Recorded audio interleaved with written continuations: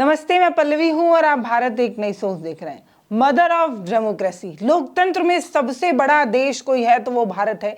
इस तरीके का झूठ हम कितना बोलेंगे। ये बात मैं इसलिए कह रही हूं क्योंकि हमारे देश के प्रधानमंत्री जब दूसरे देश में जाते हैं तो मंचों पर खड़े होकर ये कहते हैं कि भारत लोकतंत्र की जननी है और लोकतंत्र की हत्या के लिए सबसे ज़्यादा अगर कोई जिम्मेदार है तो वो मोदी जी ही हैं और उनकी सरकार ही है। आज उन्होंने इस बात को साबित भी कर दिया है। ये बात मैं इसलिए कह रही हूँ क्योंकि मैं एक तस्वीर आपके साथ साझा करती हूँ। पैर में ये जो पड़े हुए छाले हैं इसको देखिए और समझिए कि देश में लोकतंत्र किस तरीके से मजबूत बनता है, उसका ये सच्चा तस्वीर है। हम सभी जानते हैं कि भारत में हमें आज़ादी किस तरीके से मिली है, किस तरीके से हमारे अहिंसा वाले आंदोलन ने भारत को कितना सुशोभित बनाया है, कितना मजबूत बनाया है और लोकतंत्र के लिए कितना जरूरी रहा है। गांधी को हम ऐसे ही नहीं याद करते। कल 2 अक्टूबर है। 2 अक्टूबर को गांधी जयंती के रूप में मनाया जाता है और इसी गांधी जयंती के दिन लद्दाख से कुछ लोग पैदल चलकर गांधी प्रतिमा पर आना चाहते थे, गांधी से मिलना चाहते थे, गांधी को समर्पित होना चाहते थे, कुछ कहना चाहते थे। ये कोई और नहीं, भारत के ही नागरिक थे, लद्दाख वासी थे और ये यहाँ पर आकर कुछ मांगे रखना चाहते थे। हमने क्रूर से क्रूर शासन देखा है, लेकिन आज की जो शासन है उससे कई सवाल हैं। कल तक जिस बॉर्डर पर रोक कर किसानों को ये कहा जा रहा था कि ये हजारों की संख्या में ट्रैक्टर ले आए हैं, ये जब दिल्ली में ट्रैक्टर लेकर जाएंगे तो इससे सड़क जाम होगी, लोगों को दिक्कत होगी। लेकिन लद्दाख से ये जो पैदल चलकर आने वाले लोग हैं, स्क्रीन के साइड में आप देखिए कितनी सिंपल तरीके से ये चल रहे हैं, लाइन को मेंटेन करके ये चल रहे हैं ताकि आने जाने वाले लोगों को किसी तरीके से कोई परेशानी ना हो। ये उग्रवादी नहीं है, ये 80 साल से भी अधिक बुजुर्ग लोग हैं जो अपनी कुछ मांगों को लेकर 700 किलोमीटर से भी अधिक की दूरी पैदल चल कर आ रहे हैं। पैर के छाले ये बताते हैं कि किस तरीके से इन्होंने पैदल यात्रा की है, कितनी शांति से इन्होंने अपनी बात को रखने के लिए दिल्ली आने के बारे में सोचा था। लेकिन इन्हें दिल्ली आने से पहले ही सिंघू बॉर्डर पर पुलिस ने डिटेन कर लिया, पकड़ लिया और हिरासत में ले लिया है। अब क्यों लिया है हिरासत में, ये सवाल ज़रूर पूछा जाना चाहिए। जब हम कहते हैं कि हम लोकतांत्रिक देश हैं तो फिर इस तरीके की घटना क्यों हुई, ये सवाल नहीं पूछा जाना चाहिए। अब आप सोच रहे होंगे कि क्या है पूरी कहानी। बहुत सारे लोग जानते भी होंगे, बहुत सारे लोग नहीं भी जानते होंगे, लेकिन हमारी नैतिकता है कि हम आपको बताते चलें। ये जो शख्स हैं इनका नाम है सोनम वांगचुक। ये जो हैं वो, इनको आप ऐसे भी जानते होंगे, 3 इडियट मूवी आपने देखी होगी, इन्हीं के थीम पर बनी है, इन्हीं से इंस्पायर्ड होकर बनी है। जो आमिर खान का रोल है वो इन्हीं के कैरेक्टर से लिया गया है, ऐसा लोग कहते हैं।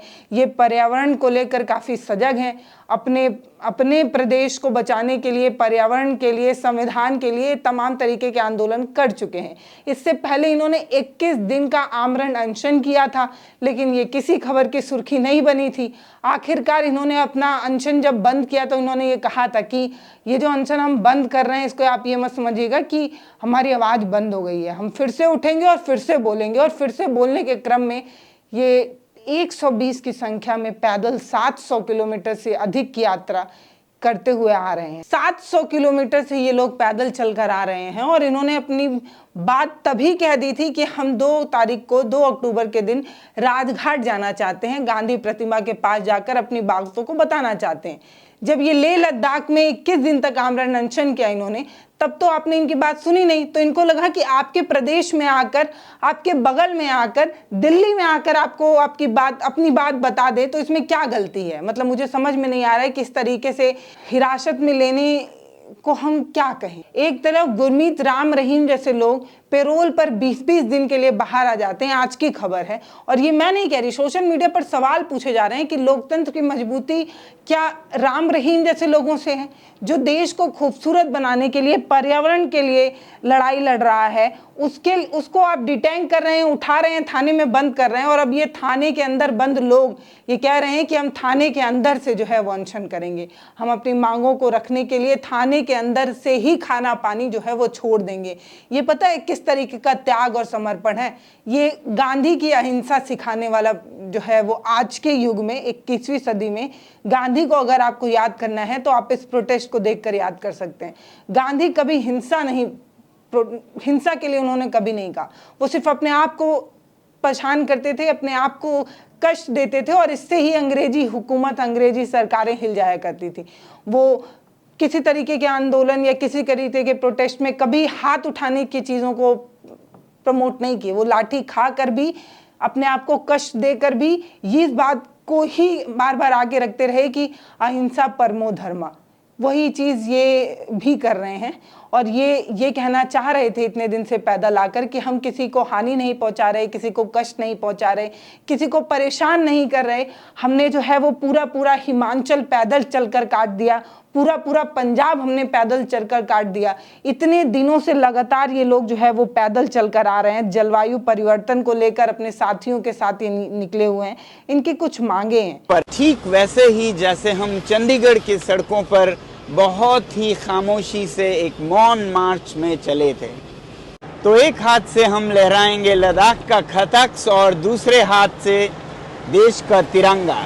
इतना ही आपसे विनती करना चाहता था। बहुत बहुत धन्यवाद। कल पदयात्रा शुरू होगी सिंघू बॉर्डर से 6:30 बजे सुबह और परसों 9 बजे मजनू का टीले से राजघाट तक। बहुत बहुत धन्यवाद। जय हिंद।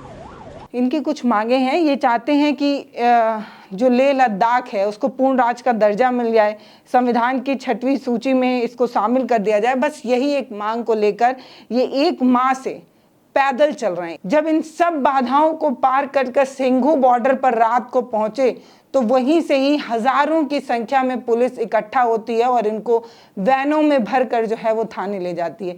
मेरे पास फुटेज है, आप देखिए। इतनी ढेर सारी पुलिस बुलाने की क्या ज़रूरत थी? ये कोई आतंकवादी नहीं है, ये कोई खालिस्तानी नहीं है, ये कोई देश विरोधी नहीं है। शांति से चुपचाप अपनी बात को रखने के लिए ये आ रहे थे, राजघाट जाना चाहते थे, लेकिन इन्हें रोक लिया गया है। अब दिल्ली चलो की ये जो पदयात्रा थी वो इसलिए थम गई है क्योंकि दिल्ली के कुछ लोग ये नहीं चाहते, दिल्ली के सत्ता में जिनके पास कानून व्यवस्था है वो ये नहीं चाहते कि हम पैदल चलने वाले, शांति से चलने वाले लोगों की बात को भी सुने। इसीलिए शायद इस तरीके का जो है वो कदम उठाया गया है। पुलिस का ये कहना है कि दिल्ली में जो धारा है वो 163 लगी है, ऐसे में 5 लोगों से अधिक लोग इकट्ठा होकर भी दिल्ली में नहीं आ सकते और ये लोग पूरे के पूरे 120 लोग एक साथ दिल्ली में आना चाहते थे। हम इसकी इजाज़त कैसे दे सकते हैं? हम ये ऐसा करने के लिए इजाज़त दे ही नहीं सकते। इसलिए हम लोगों ने जो है इन लोगों को हिरासत में ले लिया है। वो जो सोशल एक्टिविस्ट हैं, वो जो पर्यावरण को बचाने के लिए अपनी मांग को रख रहे हैं, वो जो संविधान बचाना चाहते हैं, उन लोगों को जो है वो पुलिस ये कहकर हिरासत में ले रही है क्योंकि हमारे यहाँ स्पेशल धारा लगी हुई है और ये धारा पता है 6 तारीख तक लगी हुई है और 30 तारीख को लगी। जैसे ही ये लोग दिल्ली के बॉर्डर पर पहुंचे वैसे ही दिल्ली की पुलिस ने, दिल्ली की सरकार ने आनन फानन में एक धारा लगा दी और धारा लगाकर इन लोगों को जो है वो उठा लिया। इस चीज़ की पूरी जानकारी सोनम वांगचुक अपने सोशल साइट एक्स पर देते रहते हैं। ये बताते हैं कि इनका ये जो प्रोटेस्ट है वो एकदम शांत है, एकदम शांत है, कोई भी पॉलिटिकल एंगल इसमें ना आए। इसीलिए हरियाणा में चुनाव चल रहा था तो इन्होंने कैसे अपनी पूरी यात्रा को जो है वो व्हीकल में शिफ्ट किया और गाड़ी से जल्द हरियाणा को क्रॉस किया कि कोई राजनीतिक बहकावे में ये आंदोलन ना चला जाए, इस पर कोई राजनीतिक टैग ना लग जाए। इसलिए ये जो पूरा प्रोटेस्टर्स को कैसे शांति रखने की कोशिश इन्होंने की है, ये वीडियो आप देख सकते हैं। जुले नमस्कार।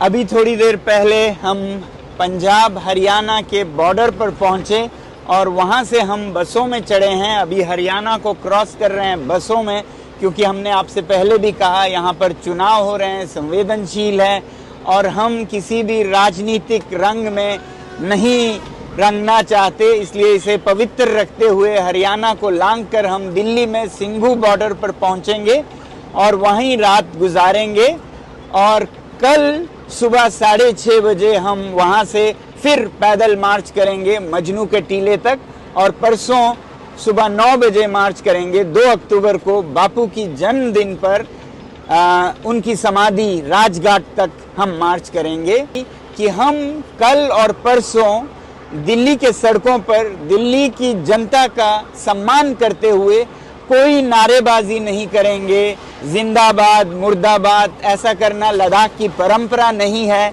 ना ही हम बैनर्स और प्लेकार्ड्स उठा के जुलूस का शक्ल लेंगे।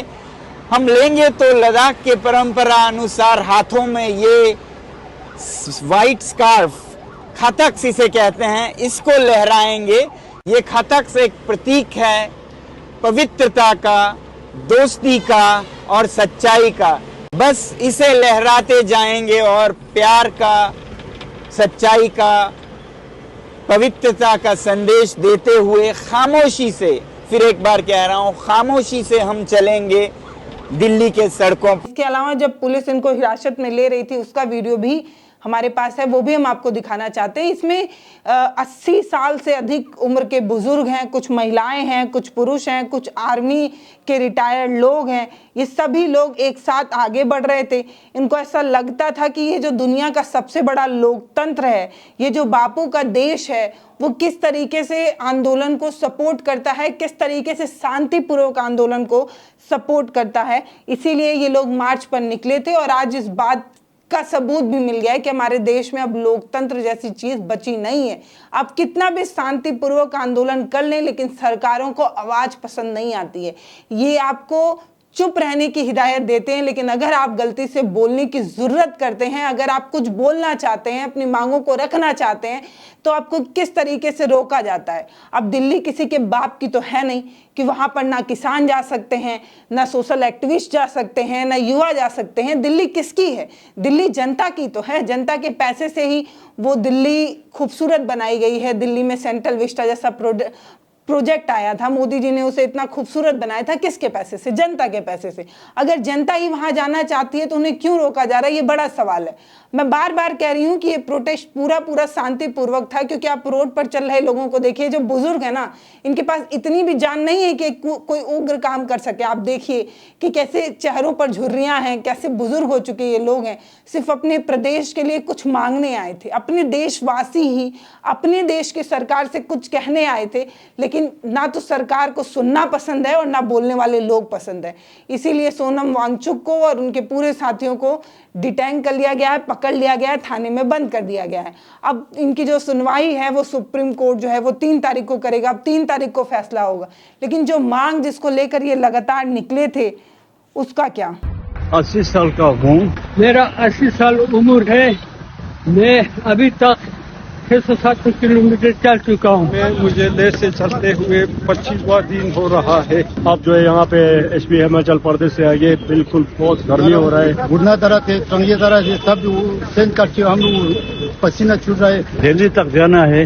दिल्ली में हो सकता है तो प्राइम मिनिस्टर को हमारा ये मुद्दे का एप्लीकेशन पेश करेगा। दिल्ली में अमित शाह जी और मोदी जी से मिलने जा रहा हूँ। आज हमारे पदयात्रा का 25वां दिन है और कल हम चंडीगढ़ पहुंचेंगे। यहाँ पर रास्ते में लोग बहुत हैरान हो रहे हैं, परेशान हो रहे हैं, यकीन नहीं कर पा रहे हैं कि हम लेह से चले हैं और बहुत ऊंचे दर्रों को पार करते हुए 17,500 फुट के पहुंचे हैं मैदानों में। एक तरफ -6-7 डिग्री के जमे हुए पर्वत से होते हुए ये पर्वतीय लोग अब मैदानों में तपती धूप में 40 डिग्री से भी ऊपर की सुलगते सड़कों पर चल रहे हैं।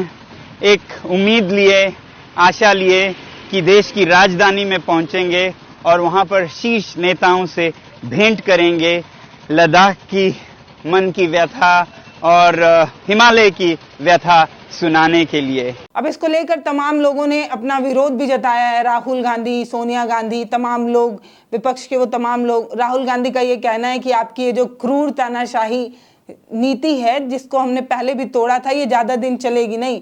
आप किसानों को लेकर इस तरीके से उग्र होते हैं और आप इस तरीके से जो सबसे शांति तरीके से अपनी बात को रखना है, उनके लिए आप इस तरीके का व्यवहार कर रहे हैं जो सही नहीं है। बाकी और बहुत सारे लोगों ने इसका विरोध किया है और सीधा सीधा सवाल यही है कि क्या शांतिपूर्वक तरीके से भी अपनी बातों को रखने से किस बात का डर है सरकार को? क्यों इस तरीके से जो बात सिंपल तरीके से लोग रखने आए थे, लोकतांत्रिक तरीके से रखने आए थे, अहिंसावादी तरीके से रखने आए थे, उनको क्यों थानों में बंद किया गया है? ये सबसे बड़ा सवाल है। नमस्कार जूले, मैं अभी ये वीडियो रिकॉर्ड कर रहा हूँ उस बस से जिससे हम पंजाब से दिल्ली जा रहे हैं। रास्ते में हरियाणा पुलिस और दिल्ली पुलिस के बहुत सारे गाड़ियां हमें एस्कॉर्ट कर रही थी, मगर जैसे जैसे हम दिल्ली की तरफ पहुंच रहे हैं लग ऐसा रहा है कि वो एस्कॉर्ट नहीं बल्कि हमें वो एक तरह का डिटेन कर रहे हैं या अरेस्ट कर रहे हैं। बाकी अगर आपको लगता है कि इस तरीके के टॉपिक पर हमें और बात करनी चाहिए तो आप हमें कमेंट कर ज़रूर बताइएगा। सोनम वांगचुक से जुड़े और भी चीज़ें आप हम मुझसे जानना चाहते हैं तो वो भी आप मुझे कमेंट करके ज़रूर बताइएगा। बाकी नमस्ते, मैं पल्लवी हूँ, आप भारत एक नई सोच देख रहे हैं। अगर आप ये वीडियो फेसबुक पर देख रहे हैं तो फॉलो करिए, यूट्यूब पर देख रहे हैं तो सब्सक्राइब करिए, वीडियो को शेयर ज़रूर करिए। इसके अलावा सबसे बड़ी बात यह है कि हम प्ले स्टोर के माध्यम से भी आपसे जुड़ना चाहते हैं। हमारा एक ऐप है भारत एक नई सोच के नाम से, उसको आप प्ले स्टोर से जाके जरूर डाउनलोड करिए। बहुत बहुत धन्यवाद।